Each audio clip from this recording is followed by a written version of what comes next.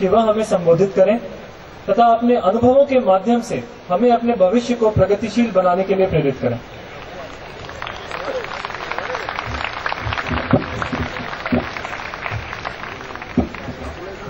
My colleague in the Parliament, an Honourable Member of Lok Sabha from this constituency, Ranjana Benji, the Director General of this Institute, Mr. Mukherjee, my colleagues in the Rail Ministry as well as in the railway operations of the country, all the distinguished fellows who have undergone a training and done very well during this training, and all my friends. We are all sitting in this very beautiful setting. I was wondering, if given a choice, I would also like to be enrolled as a trainee here. It's such a beautiful place and a very pleasant evening. It reminds me of something like Shanti Niketan. I think normally we always talk about where should one learn. And if you learn in a place which is so open, so vibrant, so beautiful, I think your ability to absorb something that is taught to you is far, far greater. And therefore I am really delighted to be here. And I really congratulate all of you for winning these medals, certificates and different kinds of awards for doing so well during the course of the training.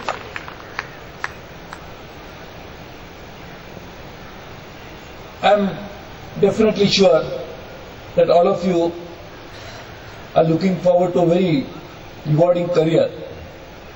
Many of you are already undergoing a training, you are already part of a service, but there are few who have joined a service recently. And now it's very interesting that people join railways from different streams. There are mechanical service, there is a electrical service, there is a traffic service, there is account service, there is a personnel service. All of them come from different streams. But as it happens, when it rains, it also becomes part of many, many streams.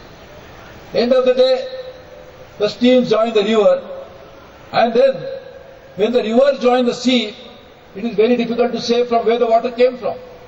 So if you just pick up some water from the ocean and would like to trace it to find out where this water came from, it is very difficult to say.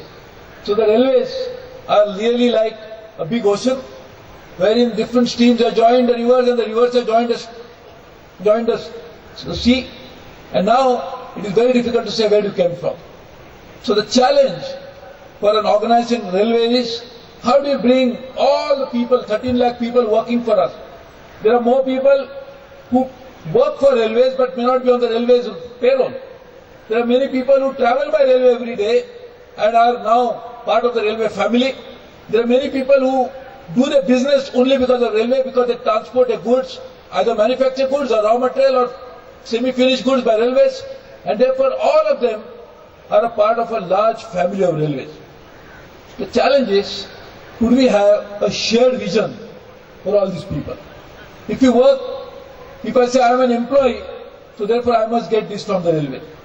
The customer says I must get the best service, but I am not going to be thinking about the other parts of the railway. If the passenger thinks the same way, how do you then build an organization which could cater to these varying demands, at the same time make sure that there is a common goal? And this is a challenge for any organization, but not such a big challenge like railways for any other organization, because there is no other organization like railways in the world. It's a very unique organization, and therefore unique challenges, and therefore we must meet those challenges with unique ability to cope with those challenges. And one of the ways to do that is, as you said correctly, to have a common goal, common vision.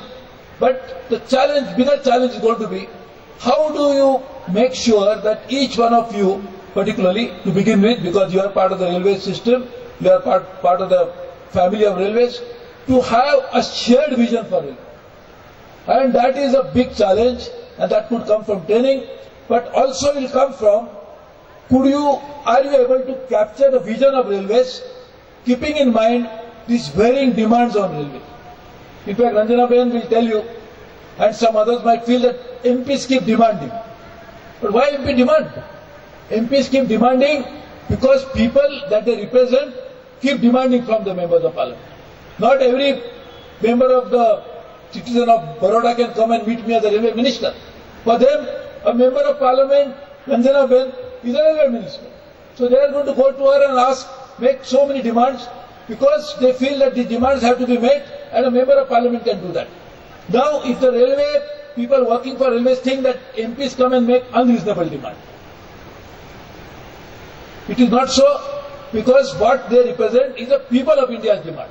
And if people want something, the challenge is how to deliver it. Please understand that people demand from railways because railway has the ability to deliver.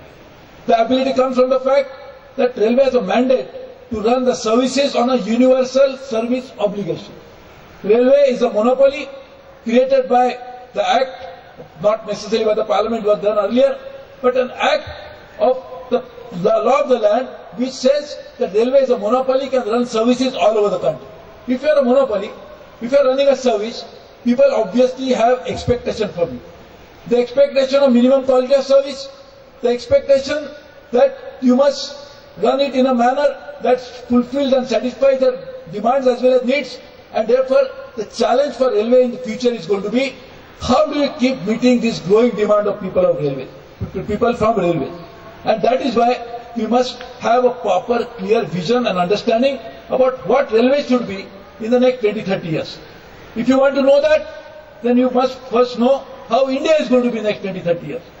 If the India is going to be more and more urbanized, if India is going to be more and more demanding, if India is going to be, the citizens of India are going to expect better services from the citizens, from the people who provide those services, then we must gear up to meet that challenge. And to meet that challenge, we must have various tools within us. First tool obviously is our own ability, and very correctly pointed out by Ranjana Ben, the human resource, the most precious resource. And one thing about a human resource is, it can deliver anything. In fact, when you buy a mobile phone, you always look at its memory. You say this is so many GB, so many MBs, this is the size of the mobile phone. And therefore, if you reach that level, then unless you put memory card or you enhance the memory by other means, you cannot operate that mobile anymore. Same thing with the computer, which we think is something which is an extraordinary evolution that has happened in the world. But just imagine, first of all, who devised that computer device is a human being. Who actually could envisage that something like this could happen is a human being. And the ability of human mind, human brain, cannot be quantified by saying that it is only restricted to so many GB. The moment you start using it, the human mind expands, the ability of human brain to deliver more is also enhancing automatically, and therefore what we must realize is that a base resource available within the railway is a human resource, and therefore how do you now make that human resource capable of dealing with these growing challenges. One of the things is, secondly, as Professor was pointing out from IIT Kharagpur, former director of IIT Kharagpur, is the use of technology. In fact, I must say that technologies are important, but before that, what is far more important is opening up of your mind. If you think nothing can happen, whatever may be the technology that you will bring in the world, it will never happen. Because if you don't open your mind to begin with and say, I am going to do this, then only that any technology only is a tool. But if you do not have your mind willing to accept the change, willing to look at the things in a different way, no technology, however sophisticated it may be, could address that issue. And therefore, first and foremost is to open up our mind to a possibility that we must change, we must gear up, we must deliver, and we must deliver in a way that people expect it from us. And that should be the first beginning of change that we must bring in into the railways, and that should be the beginning of bringing in the type of evolution that we hope to make it possible in railway. I am agreeing fully that information technology is important, but information technology is only a tool. What is far more important is how do you use various kinds of technology befitting our own requirement. Our requirement is something which we have to assess first, finding out the best possible solution for that, but also not just bring it from somewhere outside and use it only just as something which can be now be fitted into a particular situation as we think it pops up. We must develop our own ideas. And technology necessarily is not just a technology to run trends. We also need technology, the management practices, to run an organization. How do you run the organization which is efficient? How do you cut costs? How do you make it more efficient? How do you make it more responsive? Are the challenges that we must face. But to do that, first and foremost, each one of you must be able to think, yes, this is possible to have any other way. History is always helpful. History can help us to understand why we have come to this stage, but sometimes our past can become your worst enemy. As J. Krishnamurti used to say, that the biggest enemy of a human mind is his own past. And he is therefore always used to say, forget the past and start looking at future afresh. I think if you continue to just be wedded to the past, forgetting the reality of today, and also not realizing the challenges of tomorrow, your past, your knowledge that you acquired in the past could become your worst enemy. So what is important is, learn from the past, learn the right lessons, but also be aware that the past can be only pitting you to look back. You must look at the future and look at it properly. Information technology is a very important tool, but I would add to it a use of geospatial technology. The railways need to marry various kinds of technology. Information technology can produce results in terms of taking management decisions, providing a solution with a huge data available. How do you actually mine that data to find out what is best suited for you? But to marry various kinds of technology, making into one common tool, is a challenge that only can be addressed by the people who are working in railways. You must look inwards, find out how do you want to do it, and really change it the way you should do it. I am very happy that for this particular program, we have kept governance as a topic and using IT as a tool to achieve that. I want this particular academy should prepare a good governance code for railways. You must prepare a good governance code at all levels, at all operations. What do you mean by good governance? Because this is something which can happen only by we cannot just theorize the good governance. We must use it in practical life. One of the decisions I took in the first day as a minister was that I will not see a single tender that comes to me. And I know how difficult it was to implement that decision. Because people felt now it's not going to come to me, then who is going to come to Delhi? What will happen to the people all the time coming and waiting in the rail bhavan? We want to make sure the idea is not just to prevent it from happening. The idea is that decision making of railways has to be decentralized in a way that our general managers, our DRMs, our station masters or station superintendents must be able to take decisions on their own in a way that does not necessarily mean that they are now given a freedom to do anything that they want. This is something which will mean that they are going to take decision as it suits their particular situation based on certain codes. If there are companies who operate in 130 countries, 140 countries, 150 countries and could still manage it in very effective way, I don't know why Indian Railways, with only a geography restricted to our own country, and our general manager who eventually rise to become chairman of the railway board and others, why they should not be trusted to make sure that they can take their own decision? Why only general manager should take and not the DRMs? Because only one DRM who is working today is going to be the general manager tomorrow.